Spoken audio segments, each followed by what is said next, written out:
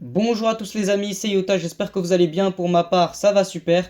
Aujourd'hui, je vous retrouve pour le point météo concernant la tempête Darag qui va venir frapper la France ce samedi 7 décembre 2024. Donc vous allez voir que je vous avais annoncé dans mon précédent point météo des chutes de neige assez conséquentes sur le nord-est du pays, mais également une tempête. Et bien la tempête, elle est maintenue, la tempête, elle va avoir lieu, là pour le coup, on ne s'est pas trompé. Mais en revanche, vous allez voir que la trajectoire de la tempête qui a considérablement changé par rapport à ce qui était prévu au départ, eh bien vous allez voir que finalement les chutes de neige, eh bien ça va être assez compliqué, On va avoir des températures au final qui vont rester assez élevées. En tout cas, tout cela, j'aurai le temps de le revoir avec vous dans ce point météo. On commence sans plus tarder.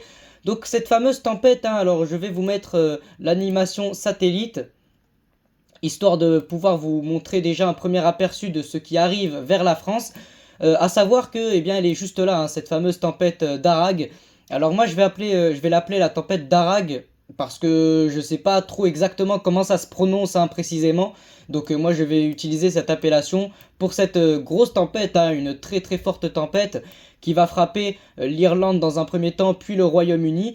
Alors cette tempête qui soufflera vraiment en forte tempête sur l'Irlande et le Royaume-Uni, mais qui soufflera, on va le voir juste après, en tempête plus classique. On sera même à la limite avec le fort coup de vent pour la France.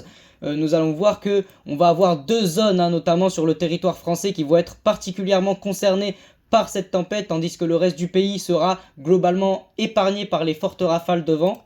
Donc cette tempête Darag qui déjà ce soir dans cette soirée du vendredi 6 décembre 2024 va venir donc frapper l'Irlande en donnant des rafales qui seront proches des 150 à 160 km/h. Par la suite, c'est le Royaume-Uni qui va prendre tarif avec des rafales qui souffleront autour des 140 à 150 km/h sur les côtes et 120 km/h dans les terres. Et puis après avoir frappé ces deux pays, la tempête Darag va commencer à descendre lentement mais sûrement, progressivement. Elle va descendre vers le sud et ce sera finalement la France, notamment le nord de la France et la façade atlantique qui vont être concernés par cette tempête. Et donc finalement, c'est ce qui va finalement se passer par la suite, qui a énormément changé. À la base, la tempête devait redescendre vers le sud. Alors ça a été maintenu, effectivement, elle va descendre vers le sud. Mais de base, elle devait plutôt passer sur l'Allemagne. Et on l'avait vu sur les précédents points météo. Elle devait passer sur l'Allemagne, puis mourir autour de l'Italie. Finalement, la tempête va redescendre littéralement sur la France. Elle va mourir sur la France.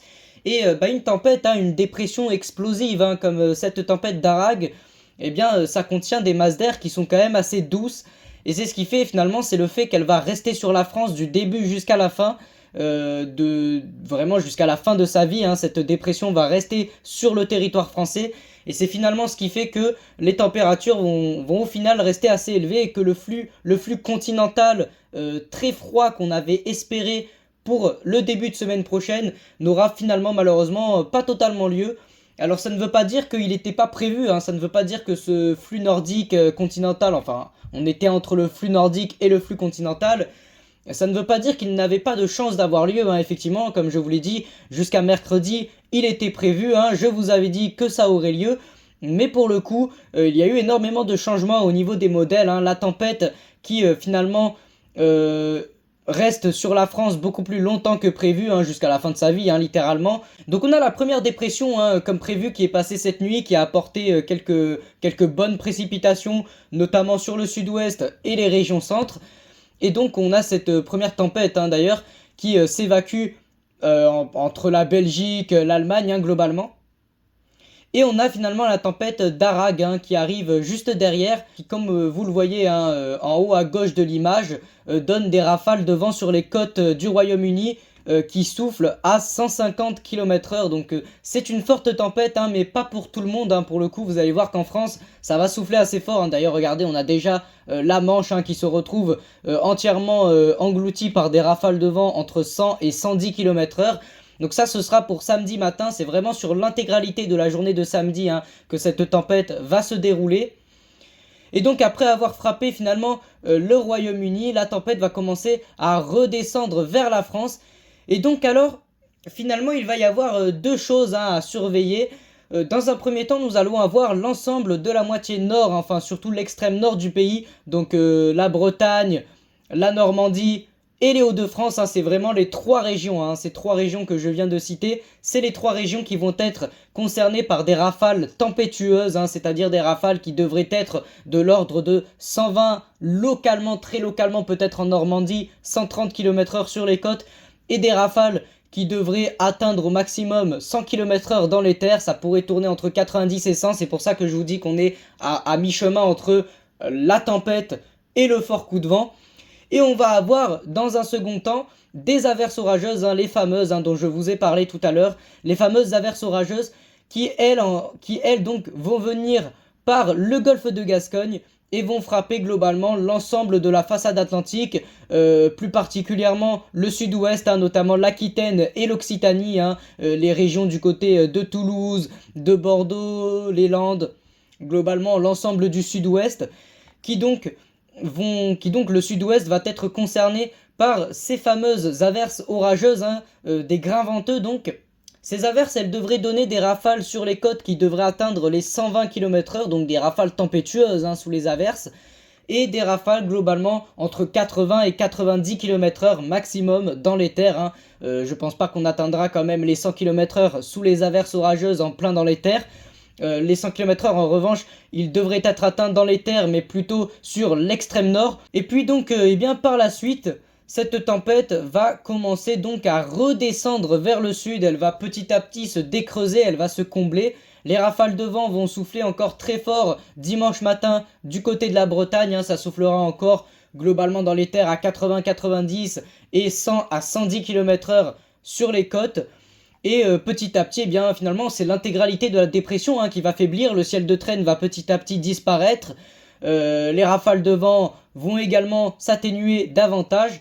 Donc à présent, je vais vous montrer le côté finalement pluvieux de cette dépression qui va nous apporter énormément de pluie. On va avoir dans un premier temps une petite ligne de grain, alors rien de bien spécial, rien de bien méchant, une petite ligne de grain qui va souffler à 70, localement 80 km/h dans les terres. Cette ligne de grain va balayer le pays d'ouest en est, elle va avancer assez vite et puis finalement vous voyez que directement après la ligne de grain, à l'arrière on a le ciel de traîne orageux et très venteux surtout qui arrive, et ce ciel de traîne donc qui vient durer sur l'intégralité de la journée de samedi. Je vais donc vous montrer quand même malgré tout la journée de dimanche sur le modèle arpège.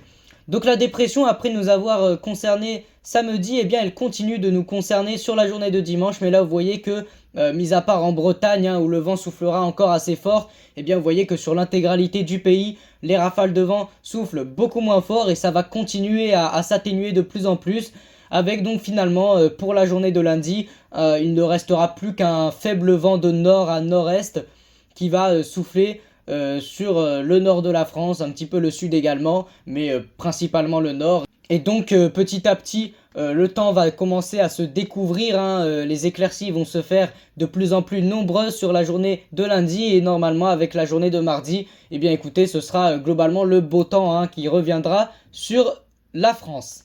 Donc concernant les températures, et c'est finalement là qu'il y a eu un gros quiproquo pour le coup sur les modèles météorologiques, forcément vu que la dépression reste vraiment, alors ça se joue à pas grand chose, les températures seront vraiment à la limite du 0 degré, parfois elles descendront même à moins 1 degré, moins 2 degrés sur encore une fois le nord-est, mais vous voyez que finalement les températures ne descendent que très très peu. Alors on a quand même sur la journée de lundi soir, sur la nuit entre lundi et mardi, dans la nuit entre lundi et mardi, on a quand même des températures assez froides, assez fraîches, qui descendent en dessous du 0 degré, mais le problème c'est que la dépression à ce moment-là n'apportera plus de précipitations, ce qui fait que finalement on aura effectivement des températures assez fraîches, mais les précipitations elles ne seront pas au rendez-vous, donc bien évidemment sans précipitation on ne peut pas avoir la création de chutes de neige.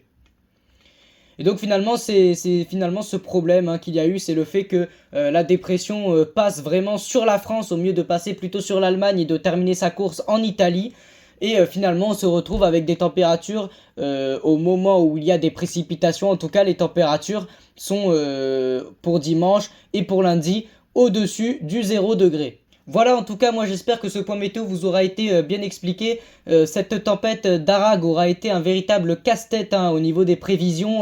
Les prévisions ont énormément changé hein, par rapport à cette dépression qui au départ était vue sur la France, après elle était vue plus au nord et puis finalement elle passe vraiment sur la France mais plus sur le nord de la France. Enfin, c'était vraiment un casse-tête hein.